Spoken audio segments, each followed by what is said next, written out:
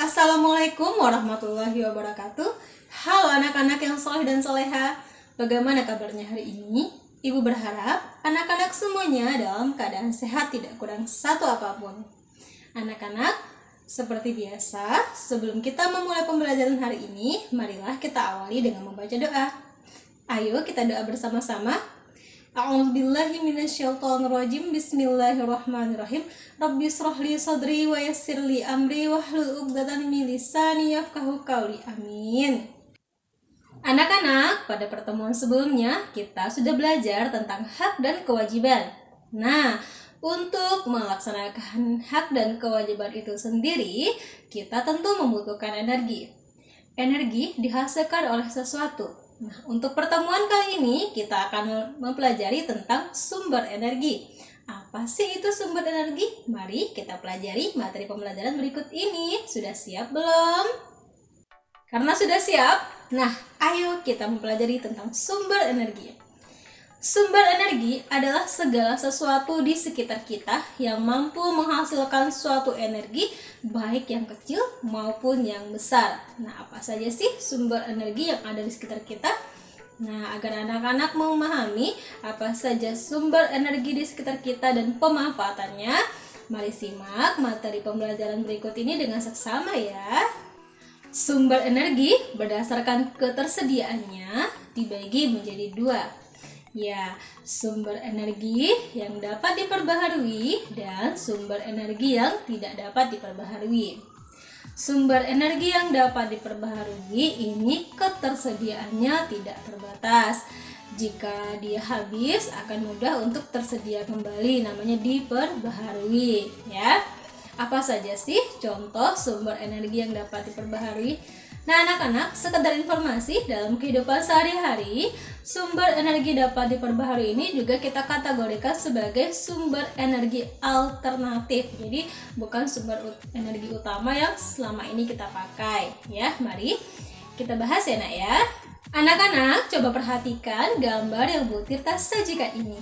Ya, di sini terdapat matahari. Ya, energi matahari sangat melimpah jumlahnya, khususnya di wilayah yang beriklim tropis. Nah, apa sih masih ingat iklim tropis? Ya benar, daerah yang memiliki yang mendapatkan sinar matahari sepanjang tahun. Nah, pemanfaatan sinar matahari dengan menggunakan sel surya berfungsi untuk mengubah energi surya atau energi matahari menjadi energi listrik.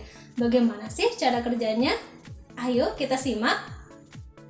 Cara kerja panel surya, yakni yang pertama adalah panel surya dapat menghasilkan energi listrik dengan menggunakan sistem fotovoltaik. Nah, fotovoltaik sendiri adalah fenomena yang mengubah energi matahari menjadi energi listrik. Nah, listrik yang dihasilkan oleh panel surya ini dapat digunakan secara langsung, misalnya oleh peralatan rumah tangga kita yang ada di rumah, televisi, mesin air, dan lain sebagainya.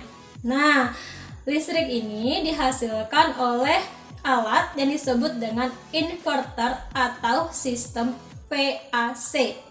Nah, panel surya sendiri dapat kita gunakan selama 24 jam. Bu, kalau mataharinya sudah tidak ada, malam nih ya, apakah kita masih bisa menikmati listrik dari panel surya?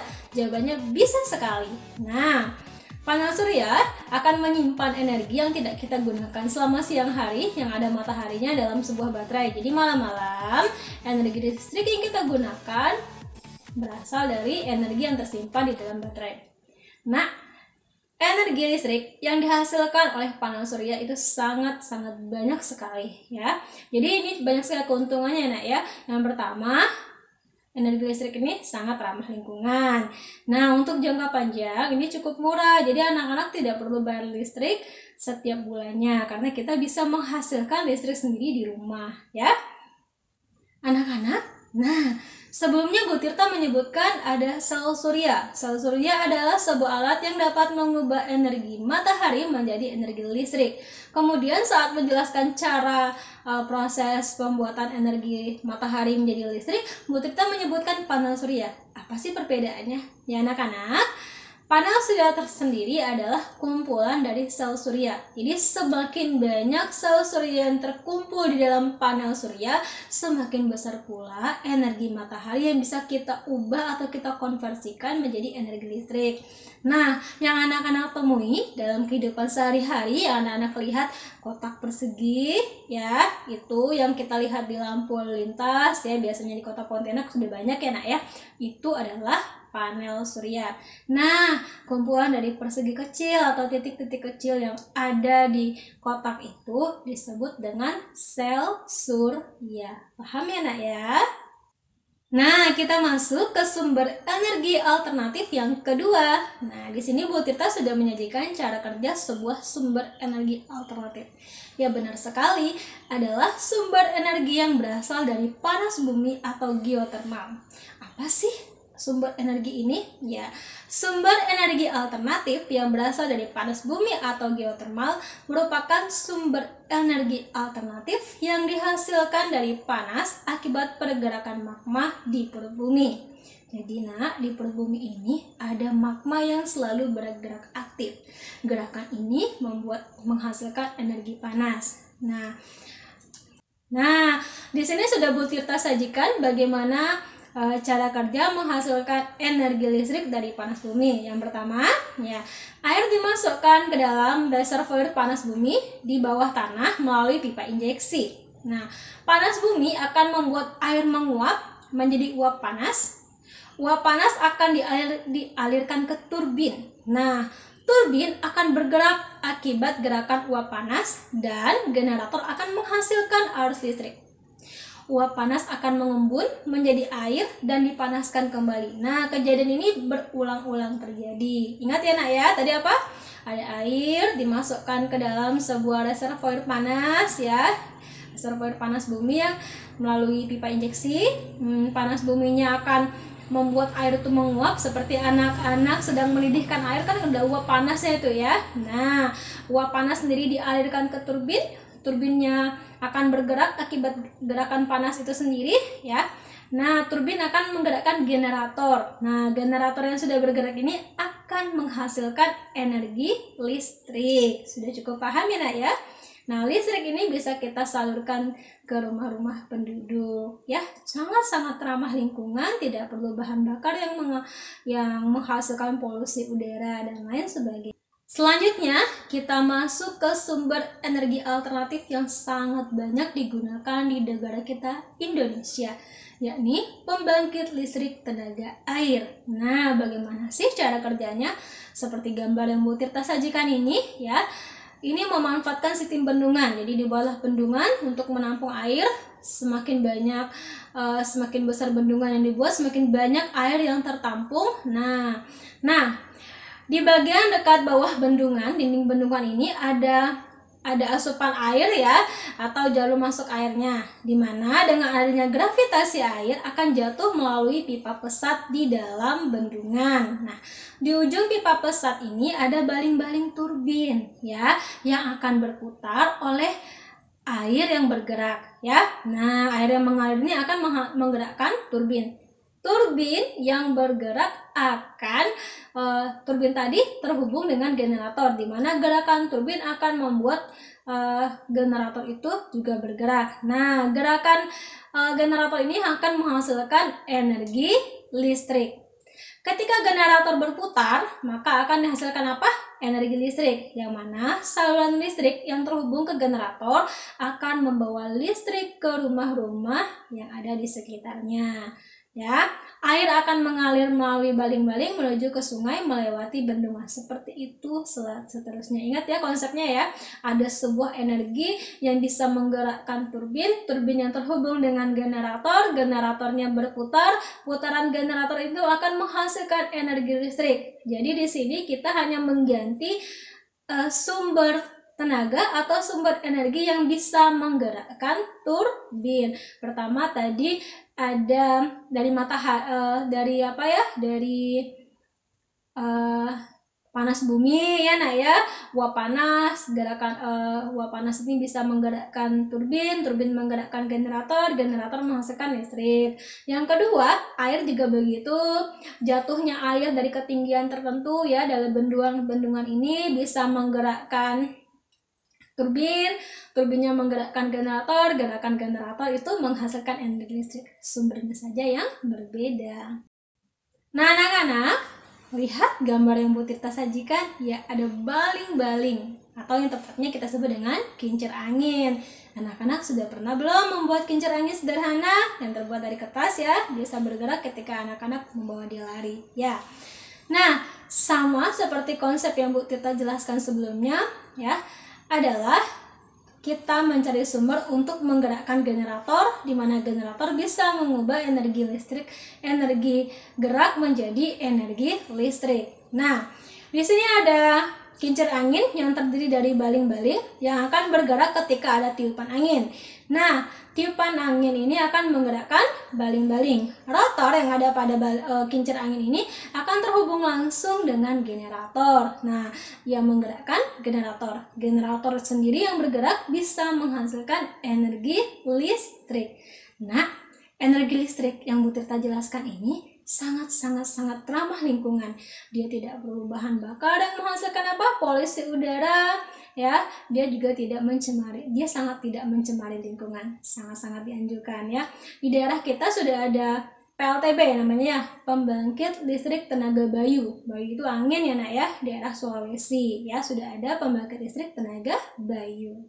Anak-anak, kita masuk ke sumber energi alternatif yang berasal dari makhluk hidup yang disebut dengan bahan bakar bio.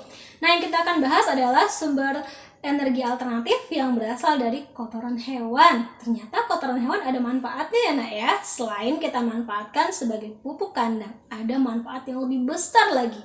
Nah, seperti skema yang sudah Bu Tirta sajikan ini, Bu Tirta ambil dari sebuah televisi swasta ya. Ada Transmedia. Nah, anak-anak kalau nonton televisi bisa dipilih siaran yang bisa menambah pengetahuannya ya. Nah anak-anak, bagaimana sih cara kerjanya? Nah, kotoran hewan itu akan dihadirkan ke dalam tempat penampungan kotoran yang disebut dengan digester. Nah, di dalam tempat penampungan ini dijaga kondisinya agar oksigen tidak masuk, agar terjadi reaksi anaerob atau reaksi yang tidak membutuhkan oksigen. Nah, reaksi anaerob ini akan menghasilkan gas metana atau gas karbon dioksida yang tersimpan di bagian atas digester sendiri, bagian kubahnya ya nak ya. Gas yang sudah tertampung banyak akan dialirkan ke dalam bisa dialirkan. Nah, gas ini bisa kita gunakan untuk memanaskan air.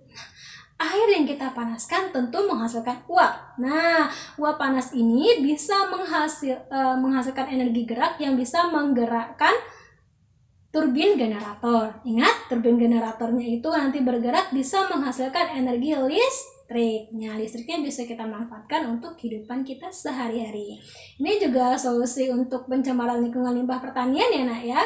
Nah, oke. Ingat konsepnya, paham ya nak ya? Kita mencari sumber energi yang bisa menggerakkan generator turbin, di mana generator turbin ini bisa menghasilkan energi listrik. Nah, itu adalah beberapa contoh energi alternatif yang sumbernya tersedia di negara kita Indonesia. Anak-anak silahkan baca, cari sumber lainnya, menambah ilmu pengetahuan apa saja ya sumber energi alternatif yang bisa kita gunakan untuk menghasilkan energi listrik yang tentunya ramah lingkungan. Nah, anak-anak, tadi kita sudah membahas tentang sumber energi yang dapat diperbaharui atau ketersediaannya sangat-sangat tidak terbatas ya. Jika habis itu bisa tersedia kembali.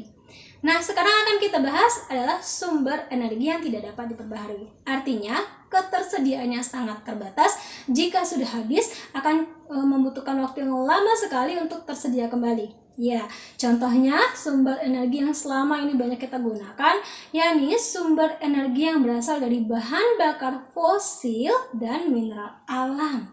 Nah, apa sih perbedaannya fosil dengan mineral alam? Ya, sumber energi yang berasal dari bahan bakar fosil ini sebenarnya bisa kita kategorikan ke dalam sumber energi diperbaharui.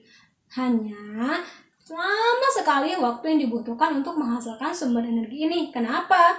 Karena bahan bakar fosil berasal dari pelapukan hewan dan tumbuhan yang berlangsung selama jutaan tahun yang lalu. Sangat lama ya nak ya. Jadi karena butuh waktu yang cukup lama, makanya butuh energi pengganti lainnya agar sumber energi ini tidak habis. Nah, fosil sendiri dibedakan menjadi dua. Ada fosil hewan dan fosil tumbuhan. Nah, sumber energi yang tidak dapat diperbaharui berbahan bakar fosil hewan akan kita temui dalam bentuk minyak bumi. Nah, yang turunannya banyak kita temui dalam kehidupan sehari-hari ya nak ya, seperti bensin ya yang kita temui untuk kendaraan bermotor ya, aftur, minyak tanah dan lain sebagainya. Nah, sementara sumber energi yang berasal dari fosil tumbuhan itu bentuknya adalah batu bara. Nah, Kalimantan Barat sendiri terkenal dengan sumber tambang batu baranya juga ya. Nah, untuk mineral alam yang dimanfaatkan sebagai sumber energi ya, contohnya adalah uranium. Nah, uranium ini adalah sumber energi yang bisa menghasilkan energi nuklir ya. Ini banyak sekali kalau ibu tidak salah, ibu pernah membaca ya nak ya, salah satu negara yang memanfaatkan sumber energi ini adalah negara Jepang ya. Jadi ketersediaannya juga dipakai terus menerus itu juga akan cepat habis. Makanya sekarang pemerintah di negara-negara itu banyak sekali menggalakkan penggunaan energi pengganti atau energi alternatif ya, seperti yang sudah Bu Tirta jelaskan sebelumnya. Anak-anak, setelah kita menyimak materi pembelajaran hari ini, kita sudah mempelajari tentang sumber energi ya dan macam-macamnya berdasarkan ketersediaannya. Nah, seperti biasa, agar anak-anak lebih memahami lagi pembelajaran hari ini, Bu Tirta menyajikan oleh-oleh sedikit untuk anak-anak. Ya, silahkan kerjakan oleh-olehnya dengan mengklik link yang sudah Bu Tirta sajikan. Silakan dikerjakan dengan penuh tanggung jawab dan jujur ya nak ya. Selamat berlatih. Ibu akhiri, Assalamualaikum warahmatullahi wabarakatuh. Sampai jumpa.